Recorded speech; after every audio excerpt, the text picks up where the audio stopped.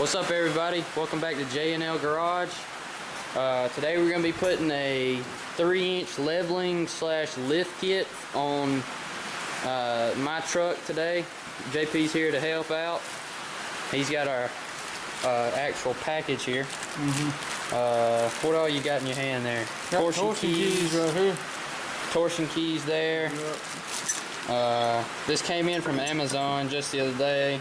Shock extenders. We got our 1.5-inch blocks for the back. Anybody who has a Dodge Ram that's looking to get a lift kit like this, make sure you measure the gap between your wheel and your fender well whenever it's sitting on a level surface at stock height, so that way you know what block to get in the back. Sorry for this camera. It has a really bad degree angle of viewing as far as up and down. It does pretty good wide, but up and down viewing is not too well. I mean, if we get some extra money, we're trying to invest in a GoPro, but at the moment, you know, this is what we got to work with, so let's get started. Alright, so now we're under the truck, and right now JP's taking off the skid plate and the skid plate bracket. Now, most year model trucks like this that I've seen don't have this skid plate bracket under it, but this is a 4x4 off-road version, and this thing, the only difference I've seen that it came with from my buddy's SLT that he has, this is a SLT as well, but this is an off-road SLT. So mine has a red shock package. It's supposed to be longer and stuff like that, and then it's got the skid plates, and then it also has an electric transfer case to lock it in and out of 4-wheel drive. So we're gonna get these skid plates off, and then we're gonna be doing the torsion keys first, and then once we get the skid plate off, we'll show you guys what it looks like, and we'll go from there. Alright, so we got our skid plate and our skid plate bracket off. All that holds that on is 2 bolts over here on this side, and then there's 2 bolts that go into the skid plate, the actual bottom of the skid plate right here, and then there's 2 bolts on JP's side. There's 2 bolts that come up here. Yeah, there's 2 bolts at the front of the skid plate as well. And now we're fixing to take our 7-ton puller is what's recommended. I think this one's around a 10. But it's still the same basic principle. It'll still unload these keys, I'm hoping. And so what we're doing now, for all those who don't know what we're doing exactly, this is a torsion key, and what we're going to do is we're going to take this puller and latch it at the top, and we're going to push up against the torsion key to unload the weight, and then we can take our torsion key bolt out and we can slide this piece out. And so what actually happens up inside here is that this bolt goes up in this hole right here in our aftermarket torsion keys, and that's what lifts and lowers the front end of the truck. And so once we take this out, then we can lower the puller back down and let the pressure back off, and then this key should be released of its pressure. And so then we can slide you have to slide the torsion bar forward, and then you can take the key off and put your aftermarket one back on and put it back in place. And we're going to do that for both sides. And we're going to try and get an up-close shot of doing one of the 2 sides, probably the passenger side. And we're going to get on that now, and we'll show you guys what it looks like. Okay, so we ran into a bit of a problem. Our 10-ton puller is too short to hook onto these lips and push up against our torsion key, but at the same time there's not enough of a lip up here for the our unloader to grab a hold of. So our idea for it is to take a regular 2x4 and sit it up here about where the torsion bar needs to be, and then we're going to take a metal plate and sit on top of the 2x4. But that's our plan right now.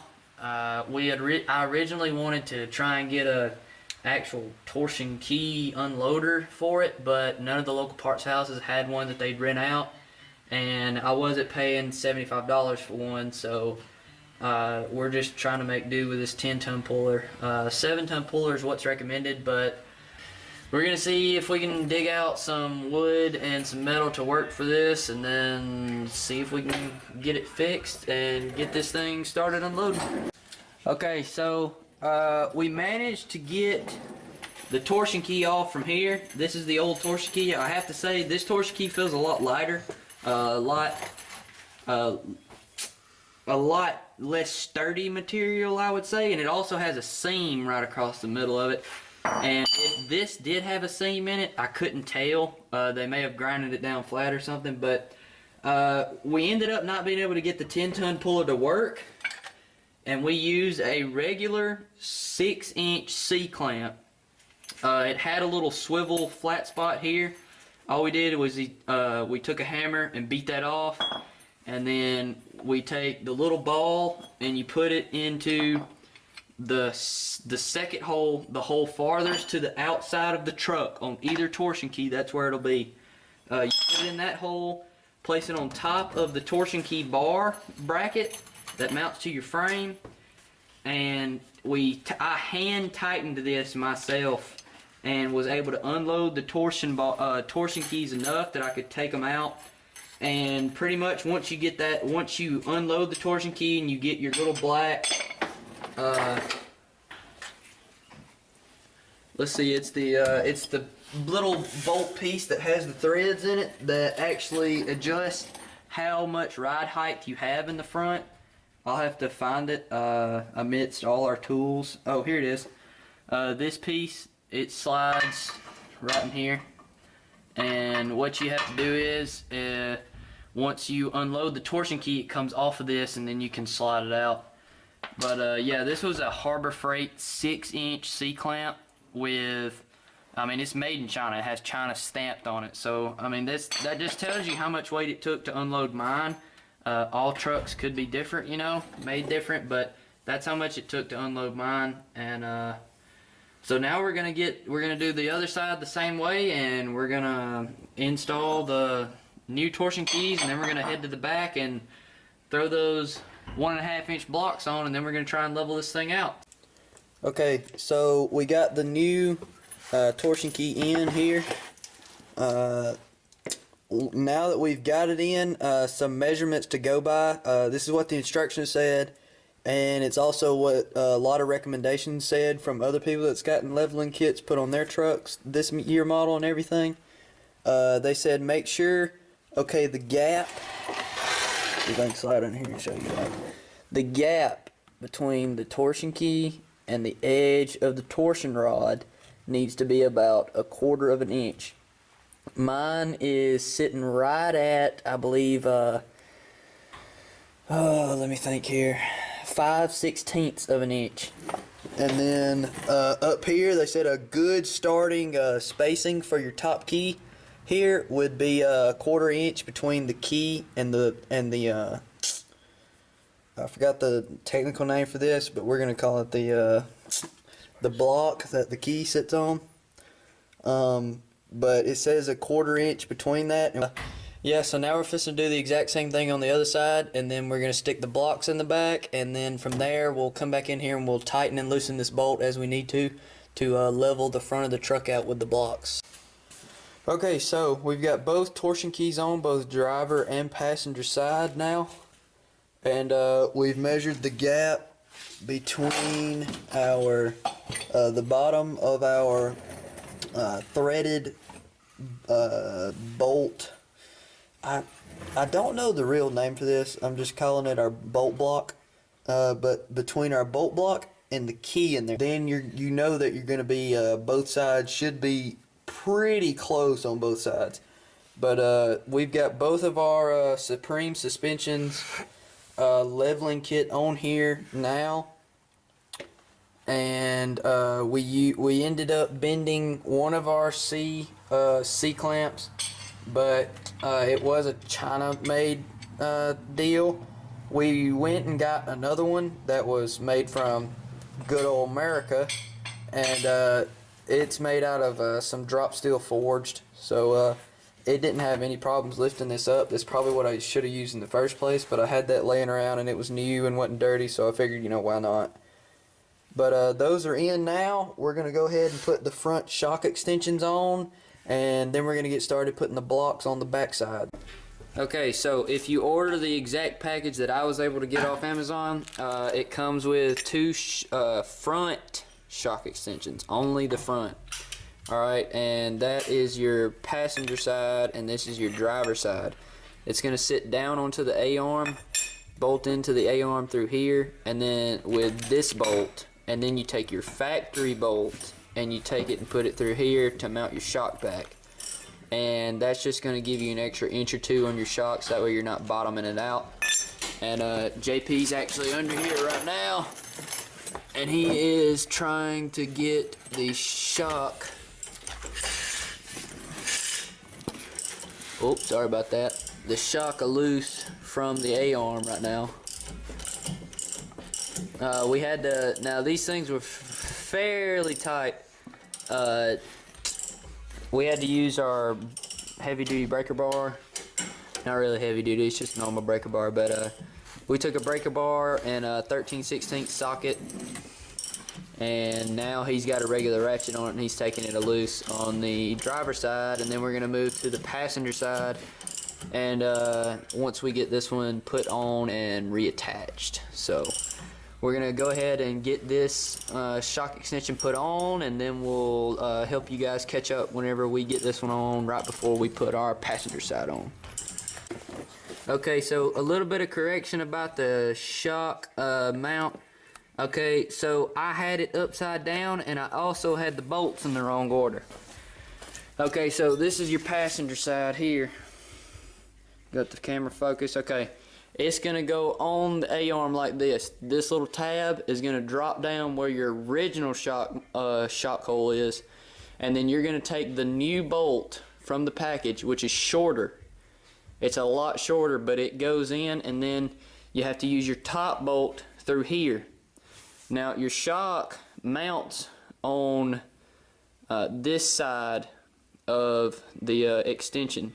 So you have to run the bolt through this back side, back through here, and then nut on the opposite end of the shock, or if you're not careful, then your bolt is going to get into your CV shafts on your trucks. So make sure you have the bolt pointing towards the front of the truck.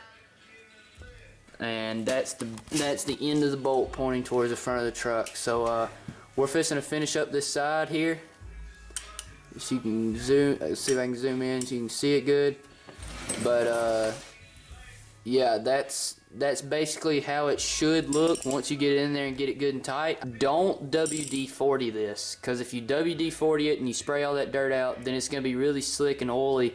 And then once you get your bolt tight, it still has the tendency to back itself off.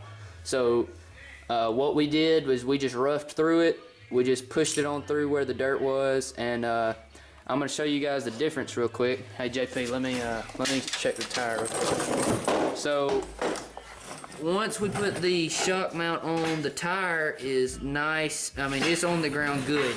It needs to be jacked up another couple inches, whereas this side is still off the ground. So that just shows how important these shock extensions are for this lift kit, because without this shock extension, you know, if I try to, I haven't even leveled out the truck yet, or, you know, the shock's going to be very, very well bottomed out, and that's going to cause a lot of problems. And I would potentially have to get longer aftermarket shocks, which I think is what this lift kit actually calls for.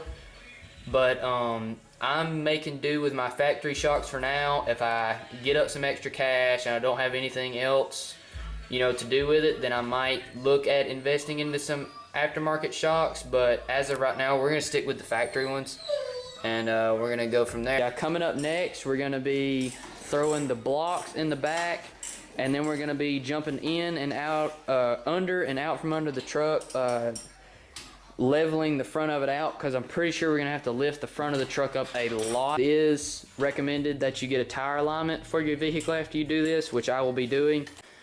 Alright, so moving on, we ran into a little bit of trouble. We thought that our torsion keys wasn't going to be able to lift the front of the truck up high enough to where once we put the 1.5 inch blocks on the back, it was still going to level the truck out. And so in order to do that, we measured the gap between the tire and the fender. And then once we measured the gap between the tire and the fender in the back, we measured the gap from the tire and the fender in the front.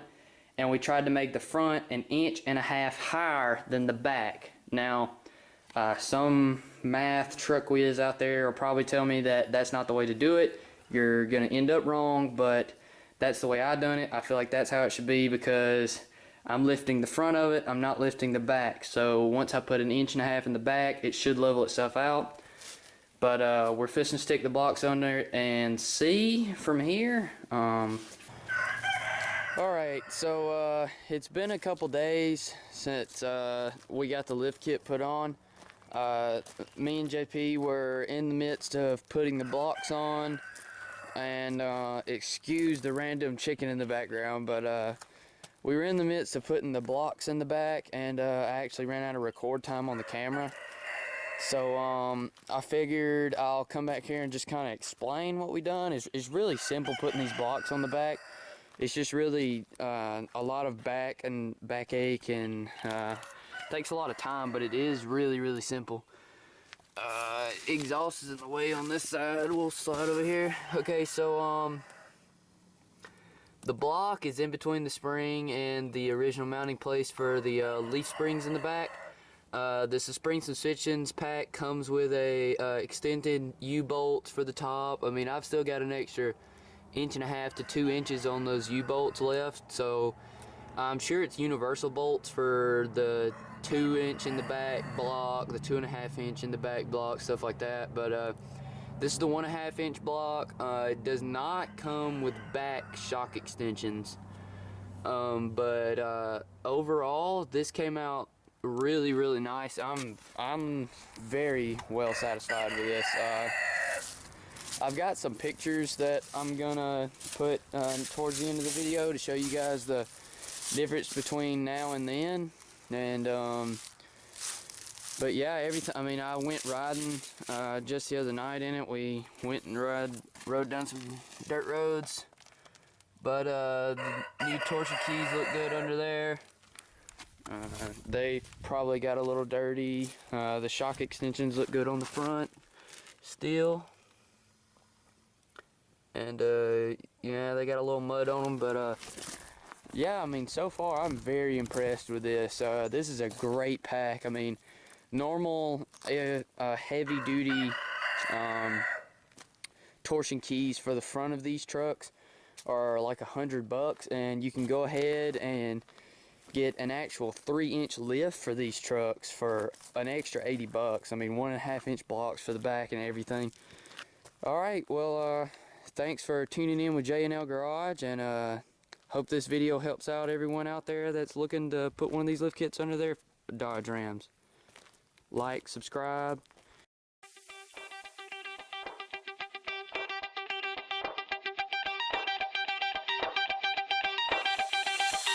Shouts to all my lost boys. Shouts to all my lost boys. We rowdy. Shouts to all my lost boys. Shouts to all my lost boys. We rowdy. Shouts to all my lost boys. Shouts to all my lost boys. We rowdy. Shouts to all my lost boys. Shouts to all my lost boys.